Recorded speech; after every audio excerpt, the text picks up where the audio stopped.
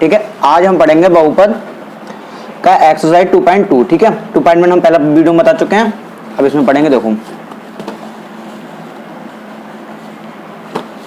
यह है, निम्न द्विघात बहुपदों के शून्य ज्ञात कीजिए और शून्यकों तथा गुणांकों के बीच में संबंध की सत्यता की जांच कीजिए। ठीक है, यहाँ पर जो हमारा x square minus 2x minus 8, अब मैं ये समझाने से पहले आपको समझाना चाहता हूँ। पहले ये समझो, दो x square plus B x plus c equal to 0, ये होती है हमारी द्विघात समीकरण। इसे हम द्विघात समीकरण की एक्सपेरिमेंट फॉर्म बोलते हैं। ठीक है, और यहाँ पर ये है एक्स स्क्वायर, ये बी एक्स और ये सी। अब यहाँ पर एक्स स्क्वायर का गुणांक जो है यहाँ कुछ नहीं है, लेकिन हम यहाँ ए मान सकते हैं। कभी कभी ये हो भी सकता है और ना भी हो सकता है। ठीक है, यहाँ पे मैंने माना है, यानी कि ए एक्स स्क्वायर, यहाँ ए है ये एक्स स्क्वायर का गुणांक है, और वी क्या है एक्स का गुणांक, और सी क्या है यहाँ पर अचर पद। ठीक है, ठीक, ये अब मैं आपको इसका पहला सवाल कराता हूँ। पहला सवाल आपका यह है,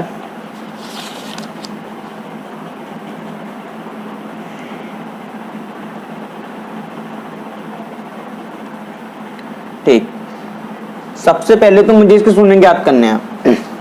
और शून्य कैसे ज्ञात करते हैं?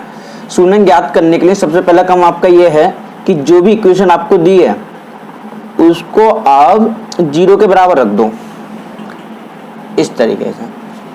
अब 0 के बराबर रखने के बाद करते कुछ ऐसा है कि जो हमारा अचर पद होता है, हम अचर पद के फैक्टर करते हैं। अचर पद के फैक्टर करने के बाद हमें घटा के यहाँ का चिन्ह देखते हैं, यहाँ चिन्ह माइनस, यानी कि हमें घटा कर क्या लेकर आना है 2, और गुणा करके कितना आना चाहिए 8। तो करके दिखा देते हैं हम आपको रफ में। ये रहा मेरा 8, मैंने इसके फैक्टर किए तो कितना आएगा, तो जैसे कि हम जानते हैं ये आया है 2 2 2 22 into 2 आ गया हमारा। तो हम क्या करेंगे, इसे फैक्टर करते हैं, हमें घटा कर 2 लेकर आना है। 2 2 जा 4, यानी 4 माइनस 2 कितना होता है इक्वल टू 2, और 4 into 2 कितना होता है 8 होता है, यानी कि हमें फैक्टर में लिया ये। अब देखो एक्स स्क्वायर ऐसे ही माइनस 2 की जगह मैं क्या देख सकता हूँ 4 माइनस 2, जैसे कि मैंने यहाँ पे लिखा था ना, और एक्स ऐसे आ जाएगा माइनस का 8 इक्वल टू 0। अब यहाँ पे हमने क्या करा, एक्स स्क्वायर ऐसे, अभी तो ये है यहाँ पर प्लस का और ये माइनस, तो प्लस माइनस क्या होता है, माइनस होता है 4, और पीछे से एंट्री हो जाएगी एक्स की, यहाँ पर माइनस माइनस प्लस, और पीछे से एंट्री हो गई एक्स की, 2x हो गया। ठीक है, और माइनस का 8 बराबर 0। ठीक, अब हम क्या करेंगे, इसमें और इन दोनों को कॉमन लेंगे। अब इसमें देखो आप क्या कॉमन ला रहे हैं, यहाँ पर सिंपली x कॉमन आ रहा था, हमने x कॉमन ले लिया, x माइनस 4। यहाँ पर कॉमन आ रहा है मेरा प्लस का 2, तो यहाँ से ले लिया हमने x माइनस 4। ठीक, दोनों में सेम बच रहा है, तो हम क्या करेंगे, अब इस पूरे टर्म में से x माइनस 4 दोबारा से कॉमन लेंगे। अब x माइनस 4 मैंने दोबारा कॉमन लिया, तो इस पार्ट में क्या बचेगा, यहाँ बचेगा मेरा x और यहाँ बचेगा प्लस का 2 इक्वल टू 0। ठीक, अब मुझे शून्य निकालने हैं, तो शून्य निकालने के लिए करना ये पड़ता है कि जो हमारे दो टर्म मल्टीप्लाई में निकले हैं उनको हम बारी बारी से 0 के इक्वल रखते हैं। जैसे यदि x माइनस 4 इक्वल टू 0 रखा मैंने, तो यहाँ से हमारा x बराबर निकलता है 4। ठीक, और यही करेंगे हम इधर, यदि x प्लस 2 बराबर रखा मैंने 0 के, तो यहाँ निकलता है x बराबर माइनस 2। तो मेरे यहाँ पर दो शून्य निकलते हैं, एक तो निकला x बराबर 4 और एक निकला x बराबर माइनस 2, ये मेरे दो शून्य निकल कर आ गए। ठीक है, अब यहाँ पर हम करेंगे शून्य के गुणांकों के बीच संबंध और सत्यता की जांच करनी है। अब सत्यता की जांच कैसे करेंगे, उसके लिए आपको दो फॉर्मूले याद करने पड़ेंगे। देखो, अगर जो मैंने आपको स्टार्टिंग में बताया था, ये जो मेरी क्वेश्चन है, अगर मैंने मान लिया कि इसके जो शून्य निकल कर आए वो अल्फा और बीटा है, हालांकि ऐसा नहीं है, हमने मान लिया कि इसके जो शून्य निकल कर आए मेरे अल्फा और बीटा है। जैसे मैं लिख देता हूं यहाँ पर, माना समीकरण ax square plus B x plus C बराबर 0 के शून्य अल्फा व बीटा हैं, तब क्या होता है, तो यहाँ पे एक संबंध निकल कर आता है, सूत्र आपको याद करना है, अल्फा प्लस बीटा। तो अल्फा प्लस बीटा बराबर होता है हमारा माइनस का v अपॉन a। अब यहाँ पर जो v है मेरा माइनस ऐसी v है यहाँ पर x का गुणांक, x का गुणांक, ठीक है। और a क्या है यहाँ मेरा x स्क्वायर का गुणांक,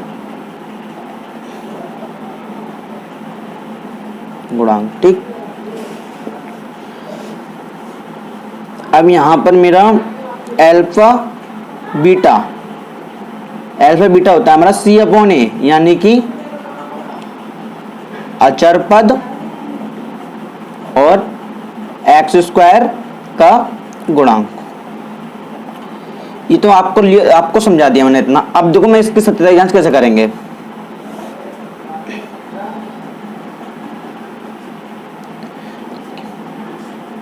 सत्यता की जांच करने के लिए तो अल्फा प्लस बीटा क्या था मेरा, इसे मैं बोल सकता हूं शून्यकों का योग। यहां लिखेंगे हम शून्यकों का योग, शून्यकों का योग जो कि मेरा होता है माइनस का b अपॉन है। अब माइनस तो मेरा ऐसे ही v कितना है, तो यहाँ पर है b जो है वो ऑलरेडी माइनस का यानी माइनस का 2 है, तो यहाँ पर माइनस का 2 a यहाँ पर कुछ नहीं यानी कि 1 है, तो ये आया है 1। तो यहाँ पर जो मेरा निकल के आया माइनस माइनस प्लस हो गया 2 और 1 तो नीचे होता है नहीं तो 2, ठीक है। अब यहाँ लिखेंगे हम शून्यकों का गुणनफल।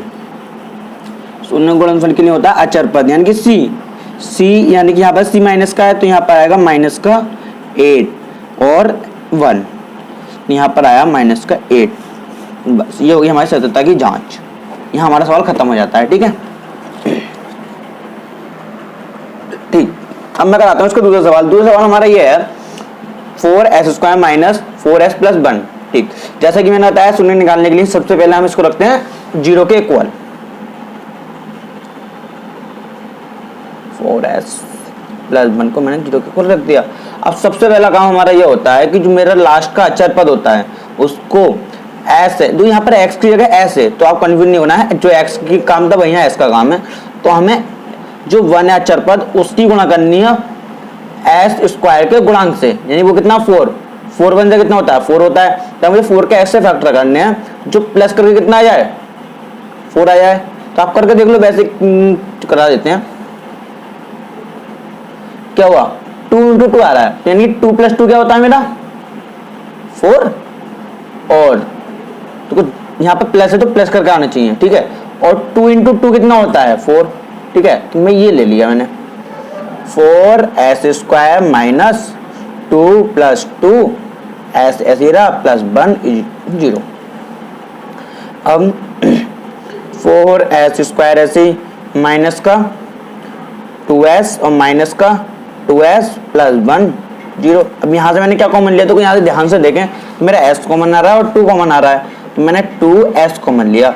जब यहाँ से 2 कॉमन लिया तो 2 कितने होते हैं 4, तो 2 आया और यहाँ पर एक s चला गया तो s आ गया। यहाँ 2s ऑलरेडी जा गया तो यहाँ 1 आया माइनस।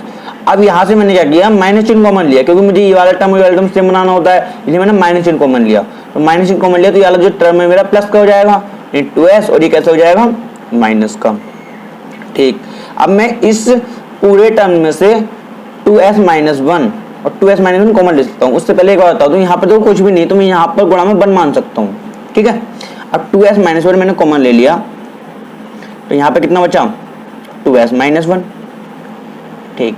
दोनों टर्म सेम आ रहे हैं, आने दो, यानी दोनों अचर हमारे एक ही निकलेंगे। तो सेम कंडीशन वही है, यदि मैं 2s - 1 को 0 के बराबर रखता हूँ तो मेरा यहाँ से s की वैल्यू निकल कर आती है 1, यानी कि 1/2, एक ये निकल कर आया।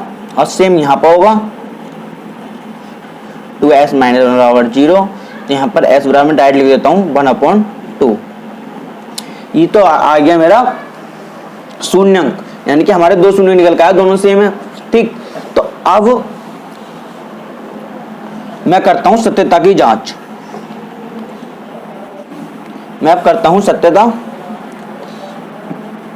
की जांच। सत्यता की जांच के लिए जैसे मैंने बताया था, सबसे पहले हम लेते हैं शून्यकों का योगफल, और शून्यकों का योगफल हमारा होता है क्या है, बी माइनस का वी अपॉन ए।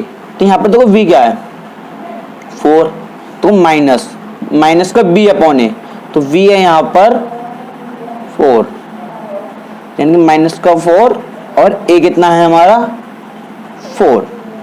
तो यहाँ पर मेरा नहीं आया, प्लस प्लस प्लस हो जाएगा, 4 अपॉन 4 नहीं 1, शून्यकों का गुणनफल। शून्य को गुणनफल होता है हमारा सी अपॉन ए। सी होता है मेरा चरपद यानी कि 1, और ए होता है एस स्क्वायर गुणांक यानी 4। तो ये आया मेरा सत्यता की जांच। ठीक है, ठीक है। अब देखो इसमें देखते हैं हम,